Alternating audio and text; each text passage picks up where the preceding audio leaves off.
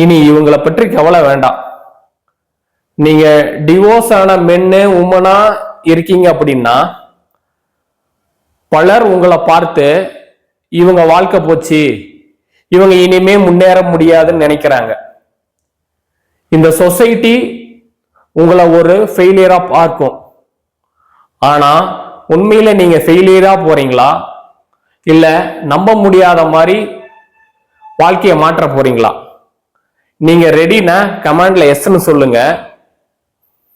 இந்த வீடியோவை முழுசா பார்த்துட்டு முடிவு பண்ணுங்க. உங்க லைஃப் ஸ்ட்ராங்கா, ஸ்மார்ட்டா, குயிக்கா முன்னேறலாம். இந்த வீடியோவை பார்க்கறதுக்கு முன்னாடி நம்ம சேனலை சப்ஸ்கிரைப் பண்ணாதவங்க சப்ஸ்கிரைப் பண்ணி வச்சுக்கோங்க. ஆஃப்டர் டிவோர்ஸ் லைஃப்க்கு உண்டான இன்ஃபர்மேஷன் தொடர்ந்து உங்களை வந்து சேரும்.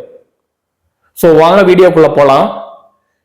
உண்மையை சொல்ல போனா இந்த சொசைட்டி சொல்றதை விட ப்ராப்ளம் உங்ககிட்ட தான் இருக்கு.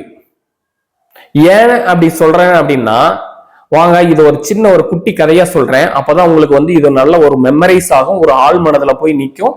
உங்க லைஃபுக்கு ஏதாவது ப்ராப்ளங்கள் வந்தா உங்களை திருத்தி மாத்திக்கிறதுக்கு உண்டான கதையா இது அமையும்.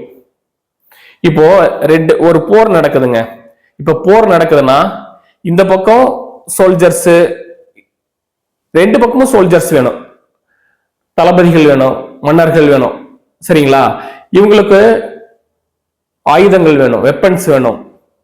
அது ஈட்டியா இருக்கலாம், பாமா இருக்கலாம், துப்பாக்கியா இருக்கலாம், கத்தியா இருக்கலாம், எனிவே இருக்கலாம். ரெண்டாவது இவங்க ரெண்டு சைடுல இவங்களுக்கும் ஒரு பயிற்சி வேணும், இந்த சைடும் போர் புரியவங்களுக்கு ஒரு பயிற்சி இருக்கணும். ரெண்டாவது அடுத்தது ஒரு மைதானம் வேணும்.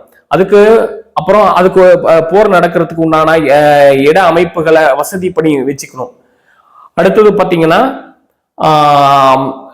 போர்ல சில பேர் இறந்து போவாங்க, சிலர் வந்து வெட்டுக்காயம்பட்டு அப்படியே உயிருக்கு போராடிட்டு இருப்பாங்க. இது எல்லாத்தையும் இந்த போர் தான் வந்து யார் வெற்றி தோல்வி நிர்ணயிக்கும். ஆனா உண்மையை சொல்ல போனா இந்த வெப்பன்ஸோ இந்த பயிற்சியோ இந்த இடங்களோ இல்ல வெற்றியை நிர்ணயிக்கிறது அப்படின்றது அந்த மக்களோட மனநிலை. அதாவது அந்த மக்கள்னு சொல்ல போனா அந்த சோல்ஜர்ஸோட மனநிலை. அது எப்படின்னு நான் இப்ப டீப்பா சொல்றேன். இது உங்க லைஃப்க்கு நீங்க அடாப்ட் பண்ணி பாருங்க, கரெக்டா இருக்கும். இப்போ போர் நடக்குது அப்படின்றப்போ அவங்க எதிர்த்து போராடணும். எதிர்த்து போராடுறதுக்கு மன தைரியம் வேணும். ரெண்டாவது பயப்படாம இருக்கணும்.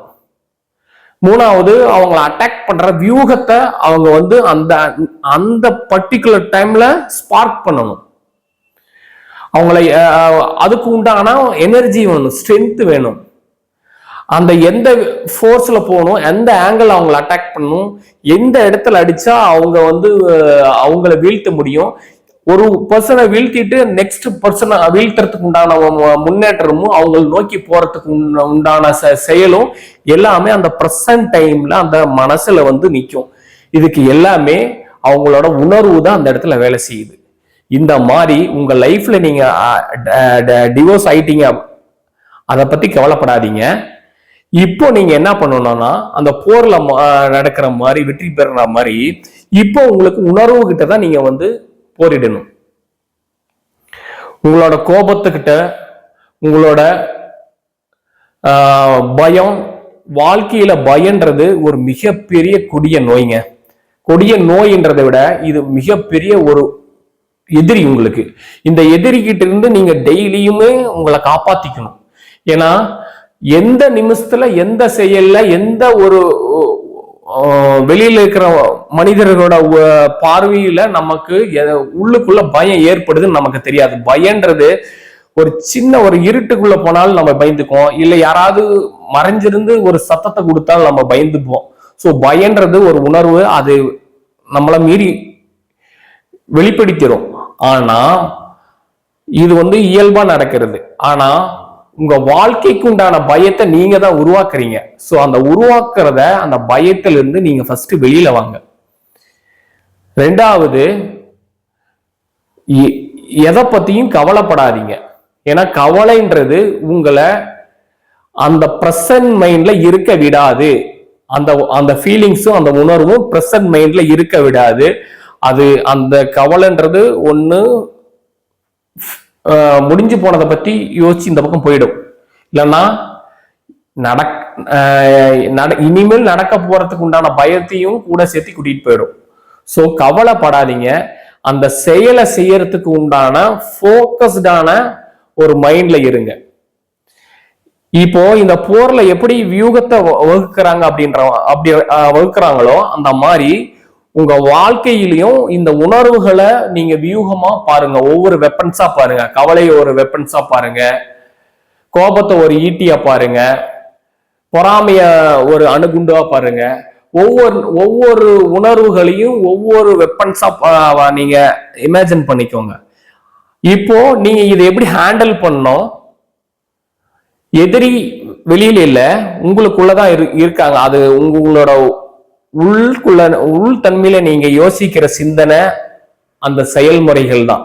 அதுகிட்ட நீங்க ஏதாவது உள்ளுக்குள்ள இந்த மாதிரி உங்களுக்கு ஒரு ஃபீலிங்கை ஏற்படுத்தி கொடுத்துச்சு, உங்ககிட்ட போரிட்டுச்சு அப்படின்னா அந்த ஒவ்வொரு வெப்பன்ஸ்ல இருந்தையும் உங்களை நீங்க பாதுகாத்துக்காங்க. இந்த கோபம்ன்ற ஒண்ணு வருதுன்னா நமக்கு பயங்கரமான ஒரு வெப்பன்ஸ் வருது. நம்ம தடுக்கிறதுக்கு உண்டான ஒரு கேடயத்தை எப்படி பயன்படுத்துவோமோ அது மாதிரி நீங்க தடுத்துக்கோங்க. ஒவ்வொரு ஃபீலிங்ஸையும் தடுத்துக்கோங்க, ஒவ்வொரு உணர்வுகளையும் நீங்க தடுத்துக்கோங்க. அப்போதான் உங்க வாழ்க்கைன்றது நெக்ஸ்ட் லெவலுக்கு நீங்க போக முடியும், முன்னேறவும் முடியும். ஏன்னா ஒவ்வொரு சிந்தனைகளையும் நம்ம கட்டமைக்கிறதும் அதை வடிவமைக்கிறதும் அதை கீழ் நோக்கி போறதுக்கும் அதை செயல்படாம தடுக்கிறதுக்கும் உண்டான எல்லா முயற்சிகளையும் நமக்குள்ள நாமே ஃபர்ஸ்ட் நம்ம பண்ணிக்கிறோம். அதுக்கப்புறம் தான் அதை இம்ப்ளிமெண்ட் பண்ண போறதுக்கு அப்புறம் தான் இடையில சமுதாயத்திலேயோ இல்ல வெளியில இருந்து ஆட்களையோ வரப்ப அவங்க கொஞ்சம் தடுப்பாங்க. சோ உங்களுக்குள்ள நீங்க இருக்கிற அந்த போர்ல நீங்க ஜெயிச்சிருங்க. இனி இவங்களை பத்தி கவலை வேண்டாம். யாருன்னா உங்களோட உணர்வுகளை பத்தி, துக்கமோ வருத்தமோ கவலையோ பயமோ கோபமோ பொறாமையோ இவங்களை பத்தி நீங்க கவலையே படாதீங்க.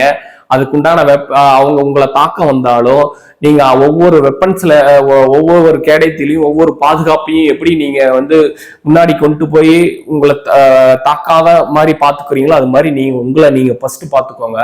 அதுக்கப்புறம் வெளியில சொசைட்டில இருக்கிறவங்க அவங்ககிட்ட நீங்க போரிட முயற்சி செய்யுங்க.